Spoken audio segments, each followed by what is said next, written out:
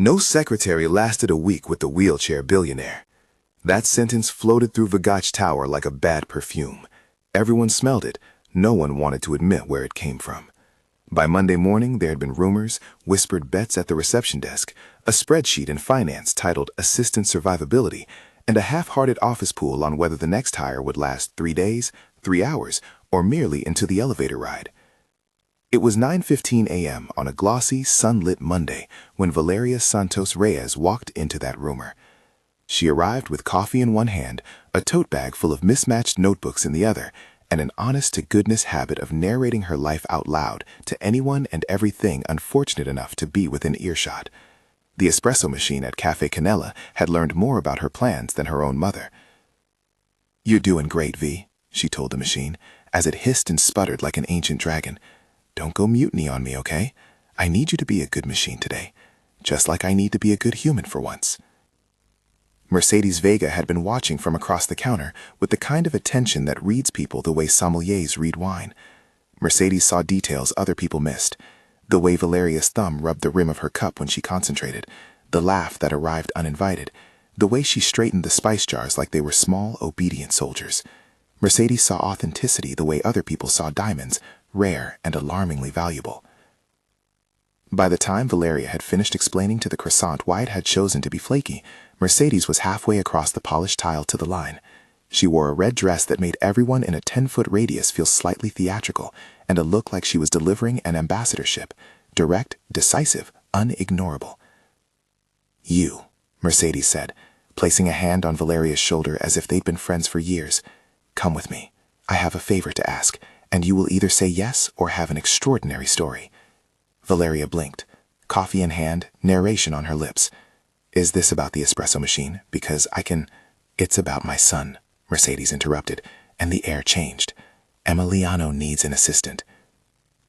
At the mention of Emiliano Vega, the conversation in the cafe condensed. Emiliano was a name that carried its own echo, CEO of Vegatch Tech, a company that had pulled more industries into the future than any of its competitors. He was brilliant, implacable, and famously private. He used a wheelchair. That last detail in the tower's rumor mill had become oddly elastic, someone's explanation for a short fuse, another's mysterious source of power. Mercedes folded the rumor into her palm and offered the real thing instead: a job, gold-plated badge, 5-figure salary, and instructions on how to navigate the 25th floor without tripping a panic. Valeria's life until that morning had been simple in the chaotic way of small things. She made coffee for people who recited their orders like spells, remembered birthdays for regulars better than they did, and split tips with Daniel, her younger brother, who called her from the neighborhood to read the daily laundry of bus schedules and life advice. She had a voice that narrated the world like a warm radio host, and a talent for turning ordinary days into small, honest stories. The idea of an office, of a life pressed into marble and silence, felt like a costume that might itch. And yet, when Mercedes slid a business card into her hand and said, "You arrive at 10, something electric unhitched itself in Valeria's chest. She said yes. The elevator to the 25th floor was chrome and smelled faintly of lemon polish. The security badge Mercedes had given Valeria flashed green. The doors opened with the soft dignity of a stage curtain. Valeria marched in carrying her tote, which liberally leaked a paperback novel, a bottle of cough syrup, and one well-loved pencil that had been chewed down to its eraser. She talked to the elevator like it was a nervous cousin. "Okay, we can do this," she murmured. "Keep it together. Don't spill, don't trip. Smile like the barista who didn't cry in front of the Times Square billboard." The staff on the 25th floor watched her arrive. There were whispers and the kind of measured looks that cataloged what she would do wrong. Lucia from HR gave a small wave with the professional warmth of someone who'd been told to be kind on paper but was afraid of being sued for optimism. Roberto from finance tried to look indifferent and failed. Mariana from IT checked her phone and then checked her phone again because she suspected the internet had ordered live entertainment without warning. She met Emiliano in the kind of entryway that put every coat in the room on notice: polished marble, corporate art that looked like it had been designed by a committee, and a hallway that funneled sound the way a whisper funnels to ears. Emiliano sat in his chair like a man who had built an entire fleet of calm around him. He was impeccably dressed in navy, with a gaze that measured you and marked the things he felt it was useful to know. He spoke in sentences like arithmetic, precise, efficient, and sometimes opaque. "You are Valeria," he said, And his voice surprised her because it was not unkind. It was simply a voice accustomed to commands and being obeyed, not to conversation about croissants.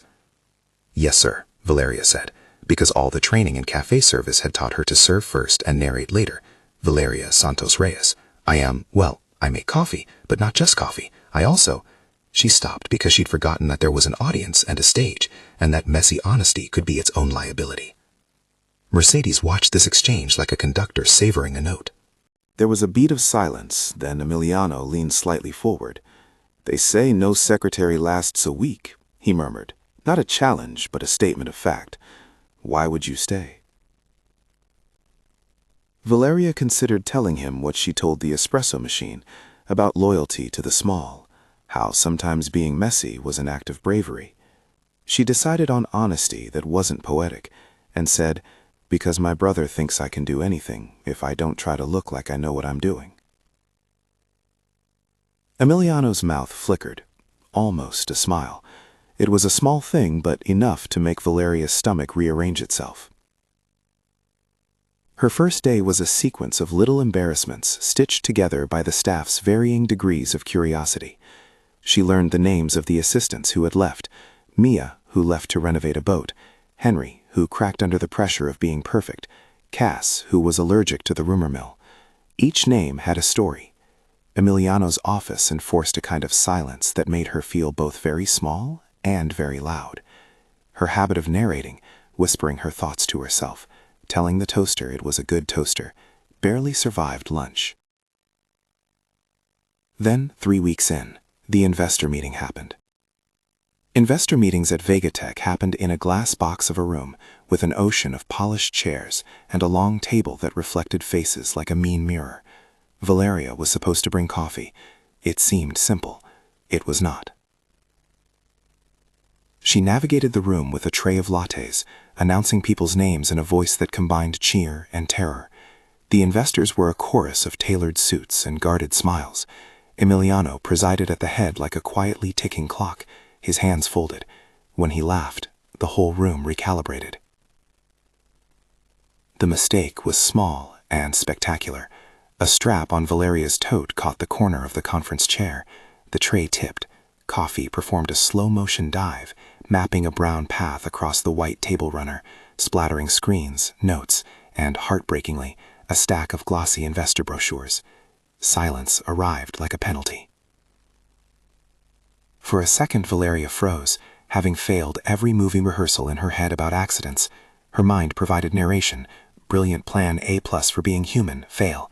The investors' faces hard-lined. Someone whispered, "This is why they said no assistant lasts," and then stopped, because Emiliano laughed. It was not a small chuckle. It started like a surprised thing and became full-bodied, a sound that seemed to come from a place that had been dry for months. Emiliano's laughter caught people off guard the way unexpected sunlight catches dust, sudden and revealing. The investors blinked. The room exhaled. Valeria wanted to disappear. Instead, she did the only thing she could. She apologized in a series of words that were part apology, part explanation, part nervous commentary. "I am so sorry. New tote. Who approved a tote this big? Also, that coffee had plans of its own." Emiliano's smile closed gently. He watched her, not with pity, but with the curiosity of someone who'd been offered a small window into a different shape of the world. "Bring more napkins," he said, which to anyone else might have been a command, but to Valeria sounded like a partnership. That laugh was an inflection point for the floor.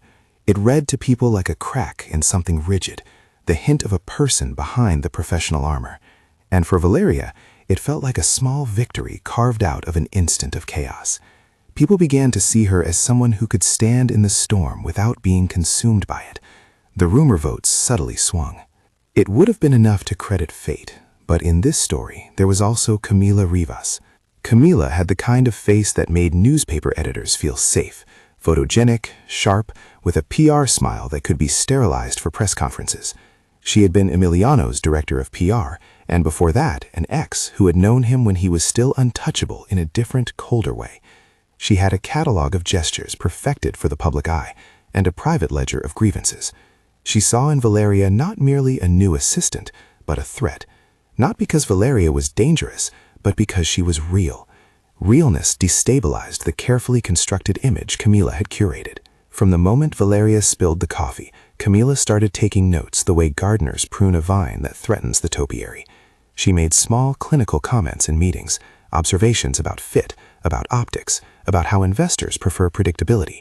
She organized a thread of emails that read like a slow-working trap, an erosion of support that felt almost bureaucratic in its precision. "Optics are fragile," she would write, and then attach a perfectly formatted PDF with bullet points. The tension between Camila and Valeria was not dramatic at first. It was a slow thing, like hairline cracks in tile. Camila would be smiling in corporate photos while tightening the screws behind the scenes. She leaked little stories to the right journalists, nudging a narrative that the company needed a different brand of assistant, polished, silent, invisible in the ways only privilege can be. Camila whispered to the board about distractions and risk in a room full of people often became a project to be managed. Valeria had allies, however. Mercedes, who considered the world a stage she had both designed and given cues to. Roberto, who had silently admired Valeria's ability to undercut tension with a joke and thus keep his spreadsheets from catching fire. And Mariana, who liked the way Valeria asked questions that led to better Wi-Fi and less awkward headsets. There was a choir of small human votes in her favor. But the world had a way of collapsing small kindnesses into viral spectacles when it sensed opportunity. The elevator became that stage. The elevator at Vegatch was a glass capsule that traveled like a slow confession between floors. It held secrets, awkward silences, and the small sins of corporate life. It also had cameras, security measures Mercedes promised everyone. And in a building that ran on optics, cameras were both guardian and weapon. On a humid Thursday, when the city felt like it had decided to sweat through every shirt, Valeria stepped into the elevator with a stack of hastily printed schedules and a box of pastries. Emiliano was also in the elevator, returning from a brief meeting. Camila arrived 2 stops later, lips perfectly composed into a smile that said, "See, I am the calm." What happened next was a choreography of public and private intentions. Camila planted herself opposite Valeria with a tilt of her head that said she'd already rehearsed this scene in her sleep. She said, pleasant as a museum docent, "Valeria, perhaps we should discuss whether this role is the right fit for you. The board has concerns." Valeria, who had spent her life narrating her fears into the void and getting it back as a comforting echo, felt the room close. She felt the expectations of the floor press in like humidity. She could resign, walk out and become one more footnote, or she could do what she'd been doing unconsciously for months. Speak. "You mean they don't like that I exist?" she asked, and she could hear how small that sounded. Her voice was a mix of bravery and defiance. "Because I'm sorry, what am I supposed to be? A ghost with a crisp blouse?" Camila smiled. "We need someone who blends, who reinforces the image. You're charismatic. It's a distraction." Valeria's narration, which usually helped her trip through the world with humor, turned sharp. "You mean you want someone who erases themselves?" "Got it. That's not me. If you want erasure, go to the archive. It's climate controlled. Also, nobody erases anything anymore, Camila. People film." Behind a veneer of public civility, Camila's smile thinned. Someone from security shifted, uncomfortable at the rising decibels. Emiliano, who had been listening, said nothing. He had the reputation of non-intervention. His silence could be an armory. An assistant from another floor, bored with the watch and hungry for spectacle, pulled out his phone. 1 second became 2. 2 became a clip. The elevator hummed, metal and breath, while a private moment unraveled into public content. When the video went online, it moved with the speed of a small storm. On company chat channels, someone posted it with the caption, "Office drama?" Then a broader slice of the internet found it, and the clip pinged across platforms with the hungry curiosity of social media. Comments curated themselves into judgment. "She's unprofessional. Stand down for the CEO. Camila did the right thing." Others, however, saw something else. Valeria's bluntness, her refusal to dissolve at the feet of corporate taste, and the humanity of someone who'd rather be honest than invisible. The video polarized the office and, by extension, the company. Board members who had days earlier been apathetic now signed emails with new intensity.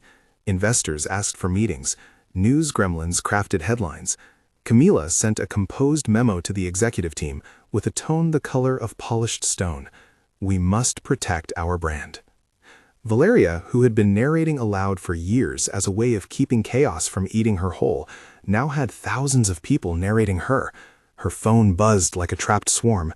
Daniel, who had been sweeping through his day back home, called to ask if she was okay, and more importantly, if she'd eaten. Mercedes sent a single emoji that said, "I see you." And Emiliano? He watched as the digital tide rose and fell. He saw something else in the footage besides a messy scene. The way Valeria's hands flew when she spoke, the honest pitch of her voice, a laughter caught in mid-thaw. He also saw Camila's expression, practiced and cool, and the way optics were being manufactured like props. The elevator incident changed the oxygen on the 25th floor. People took sides, not always in principled ways. A lot of allegiance in corporate life is approximate and an exercise in self-preservation. Camila tightened her smile and doubled down. She circulated packets of carefully curated press blurbs and risk assessments. She made sure the right journalists got the right hint at the right time, playing the long game that PR excels in. Micro-injure, then heal with a new product. This time, a narrative of necessary corrections. Valeria, on the other hand, experienced the immediate human cost of viral attention, strangers with opinions, a flurry of private messages, and the sudden pressure of being the face of a debate about what it meant to work for someone like Emiliano. She held her phone and watched as numbers swelled and commentary arrived in the thousand small voices of the internet. Her life had been a neighborhood voice. Overnight, it had the intonation of a broadcaster. There was a company meeting called for that evening. The boardroom was full of people who preferred spreadsheeting emotions into tiers and wedge charts. Mercedes walked in with not only a dress, but a book of arguments. She placed a hand on Valeria's back and said just once, like a reminder, "You belong here." Camila arrived with bullet points and a printout showing potential reputational risk. Lucia from HR tried to keep the balance, crossing out inflammatory language in meeting notes like a gardener pruning words before they became accusations. Emiliano sat at the head of the table. He listened as voices argued in clinical tones about brand management, employee conduct, and the lesser hygienics of viral content. He listened to Camila make her case. People need to trust the image. If the image is messy, confidence erodes. He listened to Mercedes assert that people, alive, messy, fully human, could be assets too. He listened to Valeria, uncomfortable and iron-willed, say that she had no desire to be edited out of her life. All of these were facts. All of them mattered. But what Emiliano did was not exactly what anyone expected. He asked a question. Is there a policy that says honesty is punishable? He asked, not pithy so much as earnestly curious. The question unsettled people because it was not an answer. It required thought. Camila smiled, the professional trainer of faces, and tried to redirect the wave. Brand consistency matters, she said again, as if repetition were itself authority. But Emiliano kept looking at Valeria, and beyond looking, he was invited to something he hadn't sat at for a long time. Genuine emotion, not broadcast for optics, but messy, private, and not entirely predictable. He felt a flicker of amusement that surprised him, an almost laugh under his ribs. It had started in that investor meeting, when she'd made coffee into an unscripted event. And it was, against his better judgment, growing. The board left with bullet points and a list of action items. Camila submitted a formal proposal recommending a probationary review of Valeria's position. Mercedes called it performative. Roberto called it petty. Mariana called it a power play. Valeria called it a Wednesday and refused to bow out. Outside the room, the internet kept chewing at the elevator clip, polishing its angles. There were hashtags and think pieces, and a few people who turned Valeria into a symbol for something bigger. Authenticity, humility, the end of a certain corporate sheen that had run dry. There were others who framed her as a liability. Both things were true, in a way that is often how truth shows up, contradictory and dense. That night, Valeria went home with a bag of pastries uneaten and a head full of what-ifs. Daniel greeted her with a long list of conspiracy theories and a plate of empanadas. He sat and listened, like a small, futile hurricane, always ready to make chaos seem like companionship. Mercedes texted a single sentence. "Good morning has stitches." She would later explain, with performative melodrama, that it meant she was proud but also anxious. Emiliano walked to the window of his office, watching the city fold into evening. He sat for a long while and considered what it meant to have your life filtered into frames chosen by other people. He thought about the way people were often reduced to prop hearts in stories that had been written for them. He felt with a curious steadiness a protective gesture rise in his chest that had nothing to do with control and everything to do with something like tenderness. The next morning, the tower felt like a different building. The elevator cameras had done their job, and the world had done its. Valeria arrived with new resolve. She had chosen to be visible and therefore had to be willing to live with the consequences. She also had agency. She could accept the offer from Mercedes and become the very edition of herself she'd always been, without apologies. Or she could walk away. She chose to stay. When she came into the kitchen, an employee space that smelled of reheated lunches and hope, Mariana had a conspiratorial grin. Roberto had a thermos labeled Boss and a sticker that read Team Human. Lucia placed a bowl of oranges on the table like an offering. There were, in small acts, votes for her belonging. But somewhere behind the chorus of petty loyalties and genuine affection, Camila had already pulled an envelope of evidence together, an internal memo with carefully circled phrases, a purported leak that made it into a weekend column. The narrative was tightening like a corset, all elegant and constricting. She had allies on the board who preferred polished seams to messy edges. She intended to play the long game, erode, replace, and regain the image she believed necessary. Valeria now existed in a public frame the way any subject in the age of social media does, both herself and a projection. The stakes rose accordingly. For Emiliano, the stakes were intimate and public. How to care for his company's image while not erasing a person whose presence made him laugh. For Camila, the stakes were control and relevance. Losing the narrative meant losing power. For Valeria, the stakes were the simplest and complicated of all, the right to be herself. And for Mercedes, this had become a test of power, to use money and influence to protect something she judged worthy, or to let the machinery of image-making decide. The tension promised consequences. The elevator clip was a spark, the building filled with dry kindling. In private, someone would draft a letter. In public, someone would tweet. In boardrooms, votes would be whispered and hedged.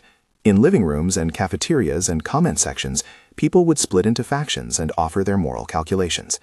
Valeria sat at her desk and opened her notebook. She began to write the events as she'd always written them, truthful, messy, unedited. Her habit of narrating out loud shifted into something else, a quiet monologue on paper that steadied her. She wrote, Day 21, I am not a villain, I am not an accessory. Then beneath that, in smaller letters, also remember to buy milk. The story had set its first moves. Alliances had formed, animosities too. And while the tower hummed with gossip and the internet polished its angles, a quieter current began. Somewhere past the optics and spreadsheets, there was the possibility of a different kind of relationship, one that would be earned in small, private moments rather than in headlines. It would be slow. It would not be heroic in the ways fairy tales define heroism. It would involve physiotherapy rooms, late-night laughter, and arguments about appliances. But those were for another day. Before we go on, tell me where you're watching from. Drop your city in the comments. I want to see how many places in the world are paying attention to a barista who talks to machines and a billionaire who learned to laugh. The company convened an emergency PR meeting with the board still murmuring. Camila sat at the head with a dossier that smelled faintly of officious things. She presented a slide deck. Impact, optics, risk mitigation.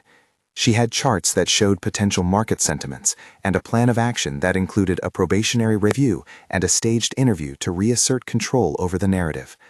Emiliano listened, muscles loose but eyes sharp. He watched the charts slide by, each one a geometric attempt to domesticate chaos. He listened to Camila's voice and the authority she carried, honed like a blade. Her confidence was potent, and she used it with precision. She called Valeria a variable, which is the corporate way of denying a person their humanity. It was efficient. It was chilling. Valeria, present and not invisible, said what she always said, exactly what she felt. I'm not a variable, she told the room, and the sentence landed like a pebble dropped into a bowl of glass. I am a person who accepted a job. I am also someone who refuses to be erased because it's convenient. If there's a problem, tell me and I will fix it. But if the problem is the sound of me existing, then maybe the problem isn't me. There were people who clapped, weird small ones from the back, people who were relieved when someone named the elephant in the room, and there were people who squinted, uncomfortable with anyone who would not compress into neat corporate categories. After the meeting, someone handed Valeria a folder with her revised job description and a clause about professional discretion.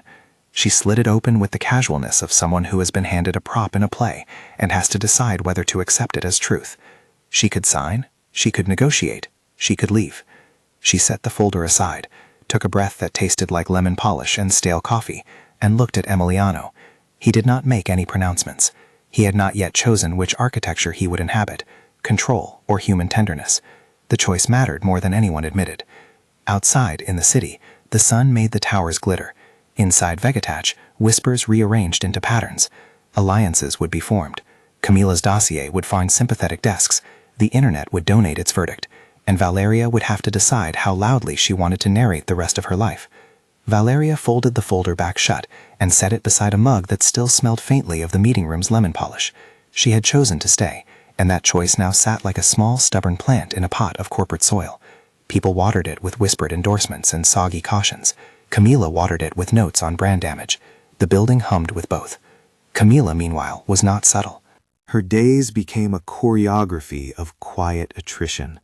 A press-friendly headline here, a carefully worded quote to an industry reporter there, a memorandum whose formatting made it look official even if its premises were manufactured. One of her favorite moves was the strategic suggestion, an anonymous tip that would be forwarded, and then forwarded again until it had the sheen of inevitability. She cultivated allies on the board by pointing at charts and saying, with a tone that convinced people their anxieties were prudence, proactivity saves us. But the machinery Camila loved, spreadsheets, sordid little leaks, the illusion of predictability, worked both ways. People who had once been afraid to speak now found the courage to be inconveniently human. Mercedes did not merely watch from the sidelines, she lobbied. Roberto wrote memos that, under the pretense of financial modeling, were actually love letters to the idea that people might matter more than optics. Mariana, who knew the company's servers better than most knew their own family histories, kept a folder of benign anomalies, an email trail that did not smell quite right, a forwarded risk assessment that had been edited at 2 a.m. and credited to someone who had not been on the thread. It was Mariana who, with the quiet triumph of someone who solves small puzzles for the thrill of it, found the first smoking document. The risk assessment that Camila presented as evidence had in its metadata a user account that traced back to Camila's office at a particular time, 2 days before a story ran. The file itself had marginal comments in a font that matched Camila's habitual in-email annotations. Mariana didn't want drama, she wanted justice. She printed the file, circled 3 innocuous lines that had been twisted into a narrative, and slid it onto Mercedes' desk like a note that said, "This is not a coincidence." Mercedes, who could turn theater into diplomacy and diplomacy into law, read the file and then folded it with the efficiency of a woman who knew every act could have an encore.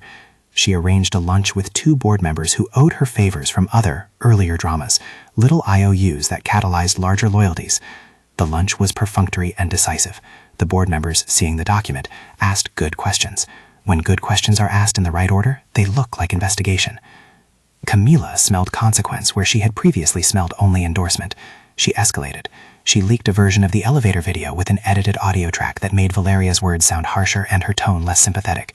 She doctored an internal post to make it appear that investors were seriously concerned about brand dilution.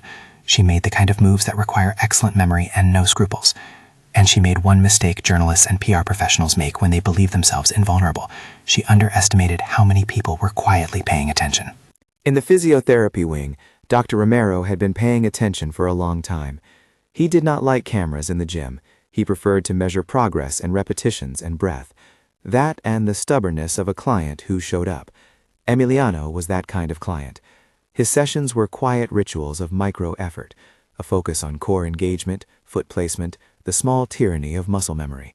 He had been working with Dr. Romero for months. The improvement was not cinematic. It was the kind of math that adds up slowly.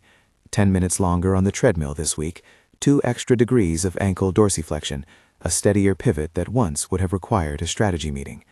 Valeria found the physiotherapy room by accident, as is often how such discoveries occur, because she had been chasing a stray folder, and because the gym's door was open, and because she could not resist the human urge to narrate.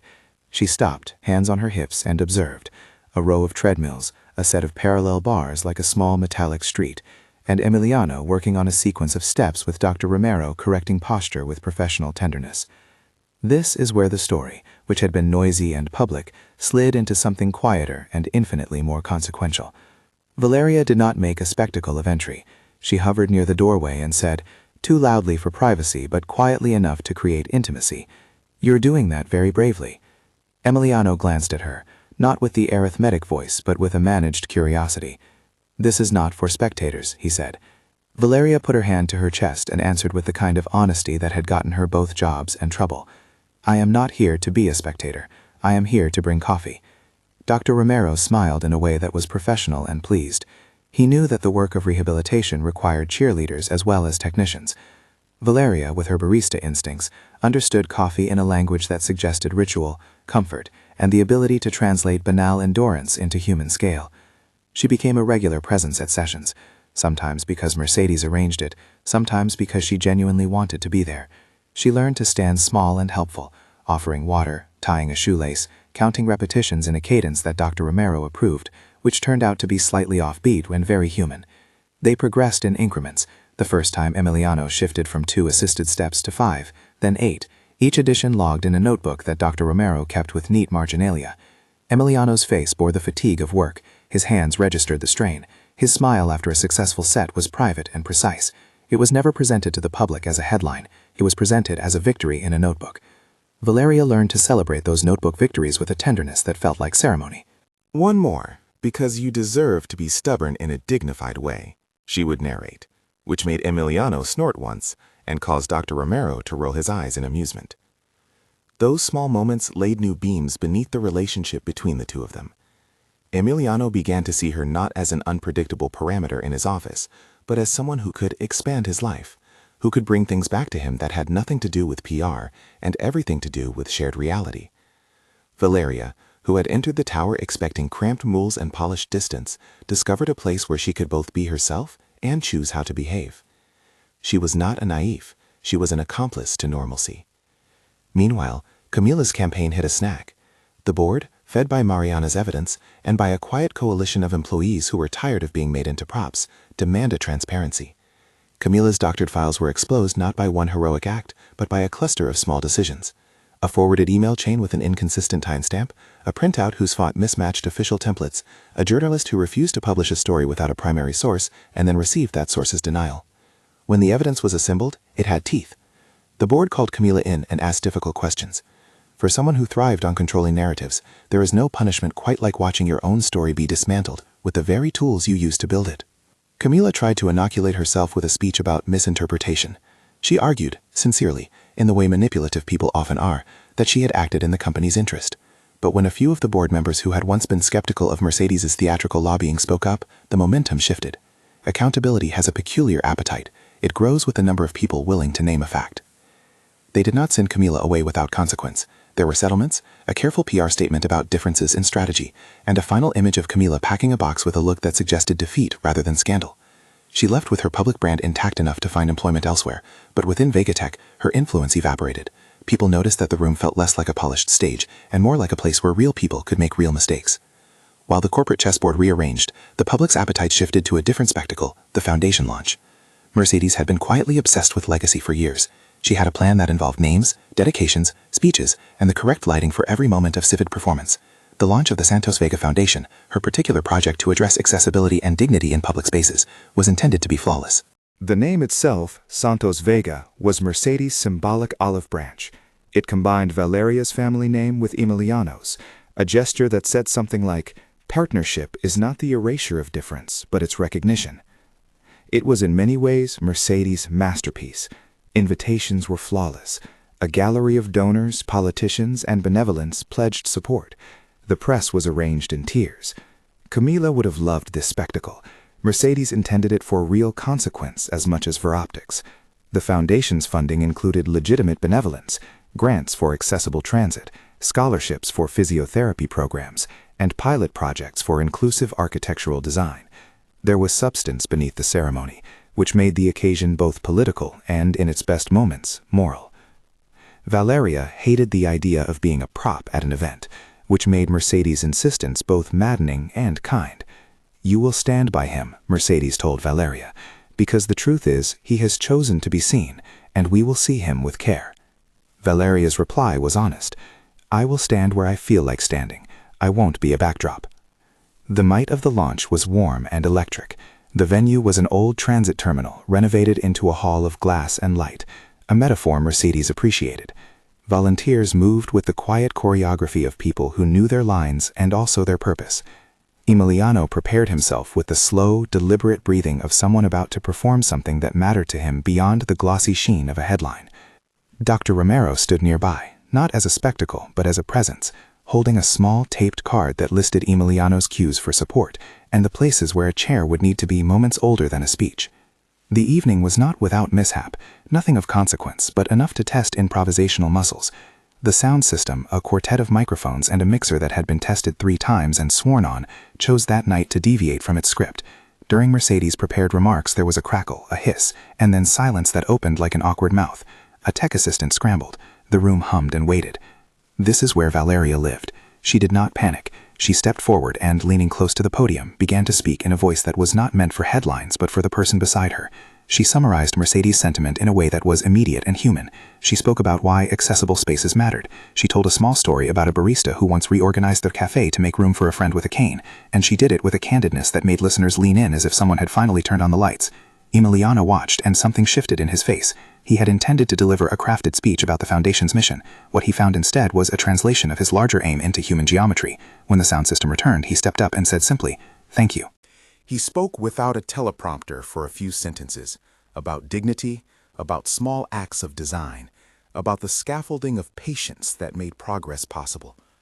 People saw a man who had been hiding behind immaculate sentences now speak like someone trying to make a city a little kinder. But the true pivot of the evening was private. Earlier that day, in a sequence of discreet rehearsals with Dr. Romero, Emiliano had agreed to attempt something he had not done in public for a long time. He had practiced standing with a cane for the duration of a short walk across a stage. Dr. Romero had approved it as medically safe. The move was a demonstration of work, not an act of spontaneous miracle. He would not stride like a man rehearsed for a film. He would walk carefully, with assistance near the first steps, and then allow his body to do what months of repeated labor had prepared it to do. When he rose from his chair to accept Mercedes' applause, the room held its breath. The applause felt like a tide. He used a cane and a supporting hand for the first few steps, and then, with a measured confidence earned in physiotherapy sessions, moved across the stage. It was not a cinematic sprint. It was a sequence of carefully earned actions. Cameras clicked. Some journalists wrote breathless things. Others measured their sentences. The public had, in a single 2-minute moment, the image they loved, progress with pain acknowledged. And then, because the world likes climaxes and Mercedes liked even more, he did something that had been gestating for months in his chest. He stopped mid-stage, turned to Valeria as if he had been holding a sentence all his life and had finally decided to speak it, and said in a voice clear enough for the microphones and the people in the front row, "Valeria, will you marry me?" The room exhaled as if it had been waiting for this particular punctuation. It was a public proposal, yes, staged and yet also deeply sincere. People debated whether it was spectacle or truth for weeks afterward, but Valeria's answer, when it came, was not the hurried, dreamlike acceptance of someone swept by romantic tide. She hesitated, which is to say, she thought. She said, "I will if," and here she surprised people because she negotiated, "if we do this my way, where my life doesn't disappear into someone else's press release. If marriage for us means we keep agency and honesty, and we don't let headlines decide our boundaries. Also, I want us to agree the foundation actually funds things and doesn't just hire PR firms." Emiliano laughed, a sound that had begun its thaw months earlier, and then nodded. He agreed to terms that were equal parts practical and tender, public vows with private negotiations, a promise to continue therapy, an acknowledgement that love did not wash away responsibility. Mercedes beamed with the kind of theatrical relief she buys with 1,000 tiny interventions. Dr. Romero clapped with the quiet pride of a man who applauded incremental victories. Daniel texted a string of emoji that suggested either victory or imminent pandemonium. The proposal and the walk did not make the story simple, they made it visible. The internet erupted in the way it always does, some praising, some critiquing, some debating about the propriety of public declarations. Camila's exile was still a recent memory in the building. Her allies murmured that corporate image still mattered. Investors ran analytic models and found that the foundation's presence improved some metrics and left others unchanged. For those who cared more about the human theater than the spreadsheets, it was a moment of redemption. For those who cared about optics, it was a complicated vector that required recalibration. For Valeria and Emiliano, it was a starting point, not an ending. Their days after the launch were not all poetic. There were schedules to coordinate, physiotherapy appointments to keep, and a public-facing foundation to staff. Valeria insisted on involvement in the foundation's grassroots outreach. She insisted on seeing the grant proposals, visiting the pilot sites, and hearing from people who would use them. She did not want the Santos Vega Foundation to be an emblem. She wanted it to be a tool. Mercedes found this both maddening and exhilarating. The company's internal reckoning continued. Camila's tactics were cataloged in a way that made future misbehavior harder. HR updated policies on tampering with internal communications. There was training about ethics and brand stewardship. It read like a corporation attempting to be more than a machine. The board, chastened by the affair, recalibrated its processes for what counted as legitimate risk assessment. People were not suddenly saints. They were simply required to supply evidence and take responsibility when their conduct yielded consequences. Valeria did not become corporate overnight. She learned to navigate calendars with more finesse, to read the quiet signals in a meeting, and to set boundaries with a kind of gentle bluntness that confused some and steadied others.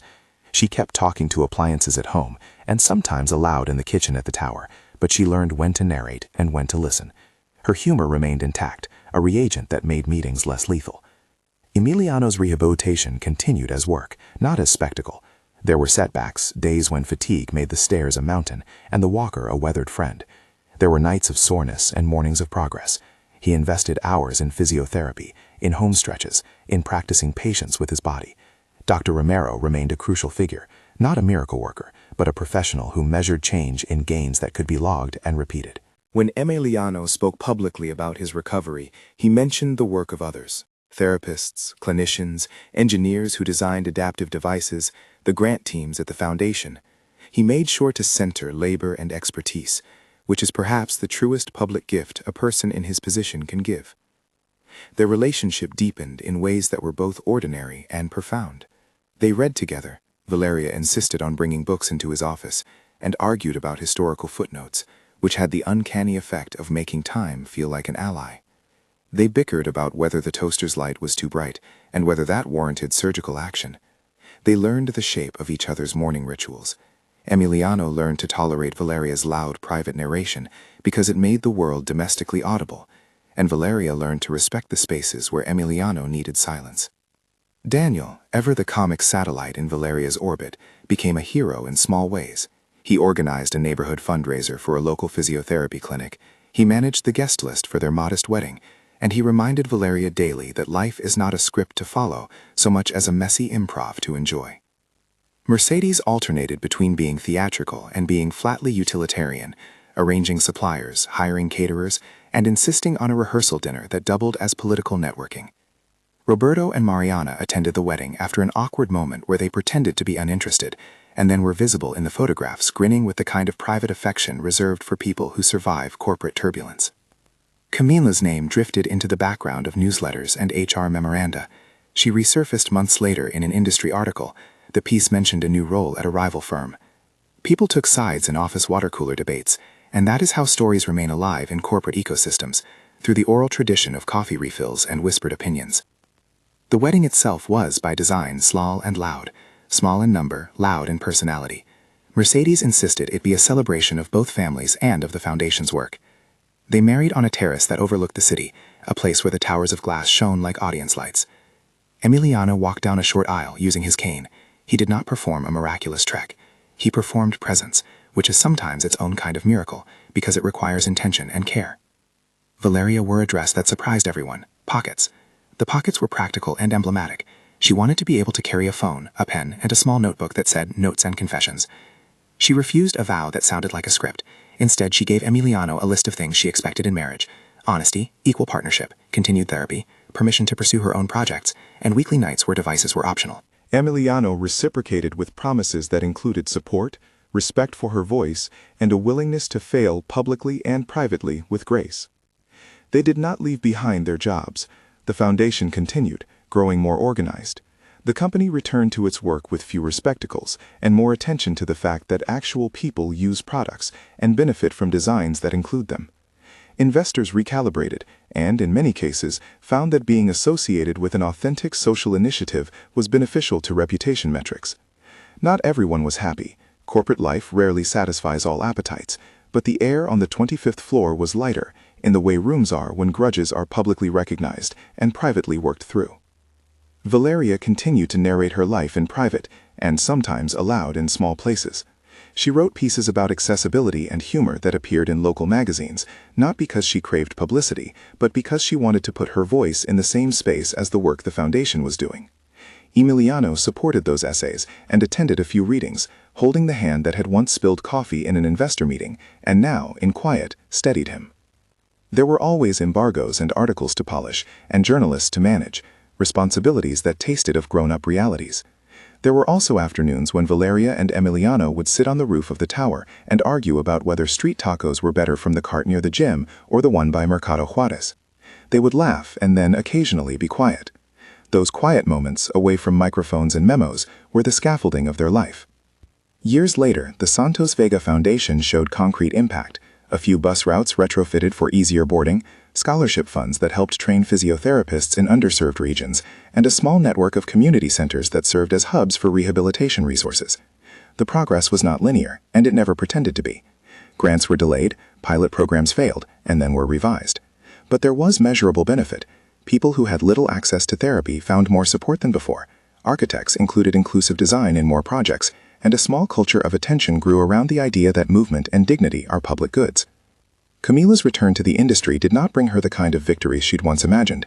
Without access to the same network seat burned, she found other projects. That path suited her. Vindication is a smaller currency than people expect. In the office, her absence became something like a non-spectacular relief. People who had played minor roles in the drama were promoted or moved laterally. Some left. Life, in its inexorable practical wisdom, continued. Valeria never stopped being human.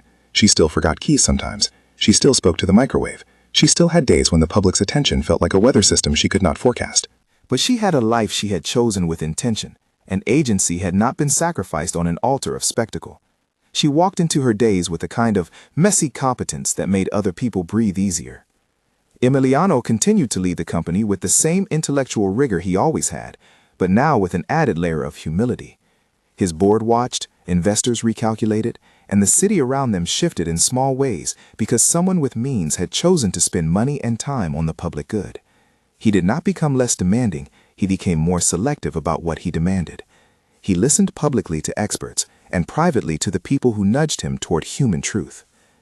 If there is a lesson, because stories like this invite lectures, it is not that love cures, or that people with privilege can simply rewrite systems by deciding to be kind. It is smaller and perhaps more useful. Vulnerability paired with action becomes a scaffold for change. Rehabilitation requires professionals and practice. Advocacy requires money and patience. Authenticity requires courage and resistance to the sedation of perfect optics. The media cycle spun, headlines came and went, but the quieter work, the meetings between therapists and patients, the grant applications, the slowly organized community piloting, continued, persistent as a tide. The foundation did not fix everything. It did not pretend it would. It gave people someone to call when their caregiver needed support, and that was a start. Years after the coffee spill that had doubled as a beginning, a little boy in one of the foundation's pilot programs sent a drawing to Valeria and Emiliano. It was a stick figure family, a person in a wheelchair, a person with a cane, a dog, and a house with a ramp. Valeria pinned that drawing on the wall above her desk where she kept her notebooks. It had a child's cricket signature and a sentence scribbled in big letters, "Thank you." Some gratitude is small enough to fit on a piece of paper and large enough to change a day. People still asked, sometimes in the most invasive of ways, how did he walk again?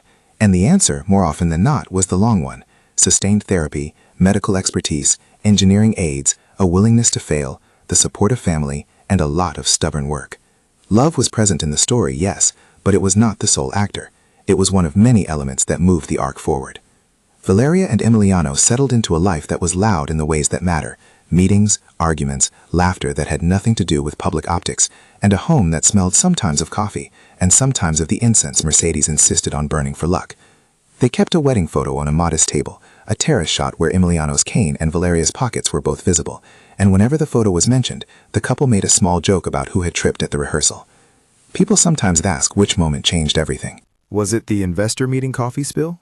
The elevator confrontation? The foundation launch? The answer is all the above and none of the above. The change occurred the day someone decided to stay in a place where staying was not the obvious move. It happened in the small acts that accrued into habit: showing up for therapy, defending a colleague, printing a file and passing it along to someone who could do something about it, insisting that a foundation fund actual programs rather than only raffles for press. And the tower, which had once hummed with a peculiar mix of fear and admiration, settled into a new kind of rhythm. There were still messy people and polished ones. There were still memos and networks of influence. But there was also now a precedent that a person's humanity need not always be negotiable.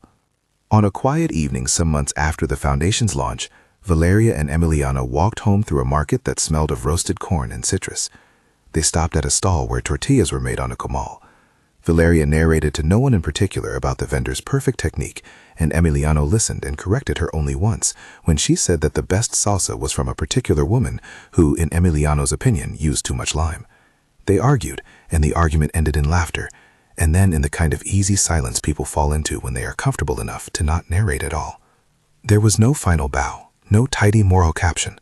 There was life, imperfect, loud, and real. People they knew did better and worse. The foundation did good and struggled.